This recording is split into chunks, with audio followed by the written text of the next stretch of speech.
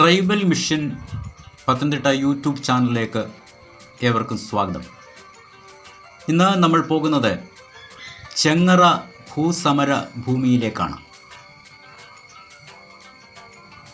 പത്തനംതിട്ട ജില്ലയിൽ ചെങ്ങറ എന്ന സ്ഥലത്തിന് അടുത്തുള്ള ഹാരിസൺ മലയാളം എസ്റ്റേറ്റിൽ സാധുജന വിമോചന സംയുക്ത വേദിയുടെയും ലാഖ ഗോപാലൻ്റെയും സെലീന പ്രക്കാനത്തിൻ്റെയും നേതൃത്വത്തിൽ 5000-ഓളം വരുന്ന ദളിത് ആദിവാസി വിഭാഗത്തിൽപ്പെട്ട ജനങ്ങൾ ഭൂമിക്ക് വേണ്ടി നടത്തിയ ഐതിഹാസികമായ സമരം ആണ് ചെങ്ങറ ഭൂസമരം. 2007 ആഗസ്റ്റ് 4-നാണ് ഈ സമരം ആരംഭിക്കുന്നത്. ഹാരിസൺ മലയാളം പ്ലാന്റേഷൻ ലിമിറ്റഡിൻ്റെ കുറുമ്പറ്റി ഡിവിഷനിൽ 143 ഹെക്ടറോളം ഭൂമിയാണ് സമരക്കാർ കയ്യേറി കുടിൽ കെട്ടിയത്. മുഖ്യധാര രാഷ്ട്രീയ പാർട്ടികളുടെ ഒന്നും സഹകരണമില്ലാതെ തുടങ്ങിയ ഈ സമരം രാഷ്ട്രീയ സാമൂഹിക വേദികളിൽ വലിയ ചർച്ചാ വിഷയമായി മാറുകയും ചെയ്തു.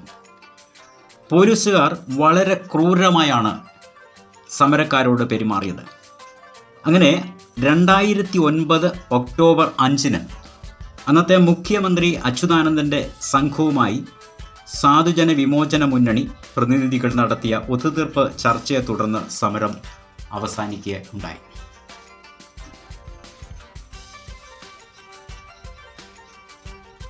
ഈ എസ്റ്റേറ്റിലൂടെ കടന്നു പോയാൽ സമരഭൂമിയിൽ നമുക്ക് എത്തുവാൻ സാധിക്കുന്നതാണ്.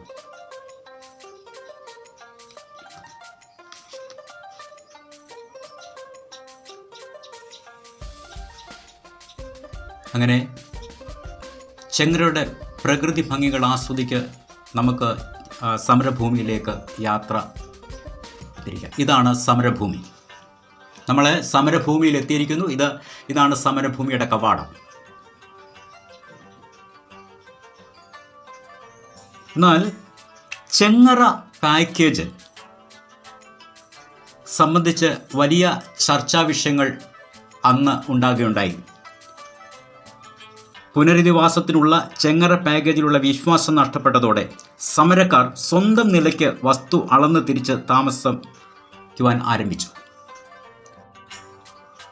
റബ്ബർ തോട്ടങ്ങളിൽ നീല പ്ലാസ്റ്റിക് ഷീറ്റ് മറച്ച് കുടിൽ കെട്ടി താമസം തുടങ്ങിയ സമരക്കാരെ ഒഴിപ്പിക്കുവാൻ വന്ന പോലീസുകാരെ മരത്തിൽ കയർ കെട്ടി കഴുത്തിൽ കുരുക്കിയും മണ്ണെണ്ണയും തീപ്പെട്ടിയും കാട്ടി ആത്മഹത്യ ചെയ്യാൻ ശ്രമിച്ചുമാണ് സമരക്കാർ അവരെ പ്രതിരോധിച്ചത്.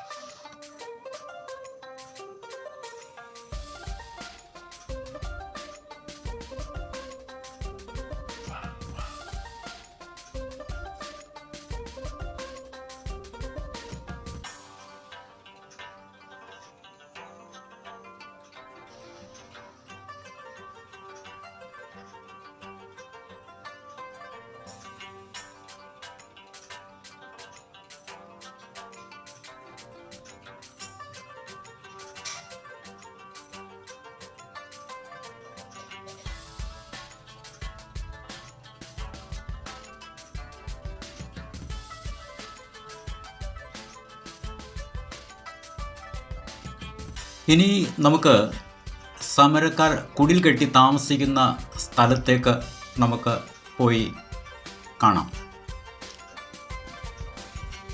ഇതൊക്കെ ആ സമരക്കാർ കുടിൽ കെട്ടി താമസിക്കുന്നതാണ് നമ്മൾ കാണുന്നത്. ഇവിടെയുള്ള ജനങ്ങൾ റബ്ബർ വെട്ടിമാറ്റി കൃഷി ആരംഭിച്ചുവെങ്കിലും സർക്കാരിൻ്റെ വികസന പദ്ധതികളൊന്നും കടന്നു ചെല്ലാത്ത ഒരു പ്രദേശമായി ഇവിടെ മാറിയിരിക്കുകയാണ്.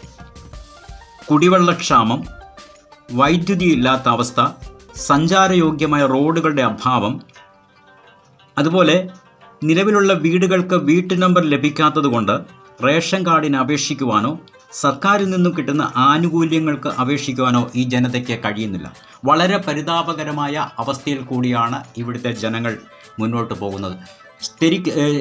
ശരിക്കും പറഞ്ഞാൽ ആരും ശ്രദ്ധിക്കപ്പെടാതെ ഇരുട്ടിൽ ജീവിക്കുന്ന ഒരു ജനസമൂഹമാണ് ഇവിടെ ഉള്ളതെന്ന് പറയുന്നതിൽ ഞാൻ ഖേദിക്കുന്നു. വളരെ ദുരിത കയങ്ങളിൽ ആഴ്ന്നു പോയിക്കൊണ്ടിരിക്കുന്ന ഒരു ജനവിഭാഗം എന്ന് പറയുന്നതിലും തെറ്റില്ല. ഭൂമി കിട്ടിയെങ്കിലും അത് മെയിൻ്റനൻസ് ചെയ്തെടുക്കുവാനുള്ള ഒരു സാഹചര്യം പോലും ഇല്ലാത്ത, കൃഷി ചെയ്യുന്നുണ്ടെങ്കിലും പന്നിയുടെയും മറ്റ് കാട്ടുമൃഗങ്ങളുടെയും ശല്യം കൊണ്ട് ആ കൃഷി എല്ലാം നഷ്ടപ്പെട്ടു പോകുക. പലരും പുറത്ത് ജോലിക്ക് പോകുന്നുണ്ടെങ്കിലും അത്യാവശ്യ സാധനങ്ങൾ വാങ്ങാനും മറ്റു കാര്യങ്ങൾക്കൊന്നും തികയാത്ത തരത്തിലേക്ക് വളരെ പട്ടിണിയിലും വളരെ ബുദ്ധിമുട്ടിലുമാണ് ഇവിടെയുള്ള ജനങ്ങൾ മുന്നോട്ട് പോകുന്നത്. നമുക്ക് ഈ പ്രദേശങ്ങൾ കാണുമ്പോൾ തന്നെ അറിയാം.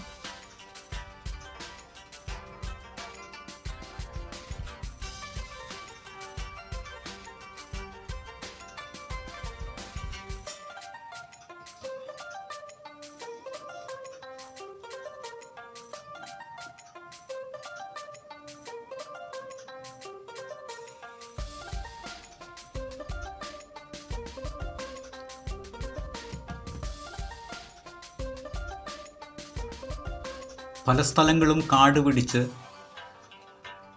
വഴികളില്ലാത്ത അവസ്ഥ. ഇതുപോലുള്ള ചെറിയ ചെറിയ വഴികൾ മാത്രമേ ഉള്ളൂ. വാഹനം കഷ്ടിച്ച് എല്ലായിടത്തോട്ടും വാഹനം എത്തുന്ന തരത്തിലേക്ക് ഉള്ള വഴിയല്ല. റോഡിന് നടുക്ക് കല്ലും മറ്റു കാര്യങ്ങളും ഒക്കെ ഉള്ളതുകൊണ്ട് ഒരു വാഹനം കഷ്ടിച്ച് പോകുന്നത് തന്നെ വളരെ ബുദ്ധിമുട്ടിയാണ് ഈ പ്രദേശങ്ങളിലൂടെ.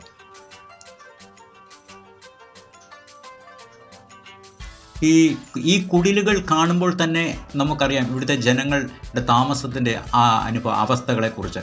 ഇപ്പോഴും ഇത്തരം കുടിലുകളിൽ താമസിക്കും കേരളത്തിൽ ഇപ്പോഴും ഇത്തരം കുടിലുകളിൽ താമസിക്കും ജനമുണ്ടെന്ന് കാണുമ്പോൾ തന്നെ വളരെ സങ്കടം തോന്നുന്നു. ഇതാണ് ഇവിടുത്തെ പരിതാപാവസ്ഥ. പരിതാപകരം എന്നല്ലാതെ എന്തു പറയാൻ. ഏതായാലും തൽക്കാലം ഈ സമരഭൂമിയിൽ നിന്നും വിട വാങ്ങുന്നു. ഈ വീഡിയോ എല്ലാവർക്കും ഇഷ്ടപ്പെട്ടെന്ന് കരുതുന്നു. വീണ്ടും ഒരു വീഡിയോയുമായി നിങ്ങളുടെ മുമ്പിൽ എത്തുന്നതുവരെ എല്ലാവർക്കും നന്ദി, നമസ്കാരം. ഇഷ്ടപ്പെട്ടെങ്കിൽ ലൈക്ക് ചെയ്യുക, സബ്സ്ക്രൈബ് ചെയ്യുക, പ്രോത്സാഹിപ്പിക്കുക. നന്ദി.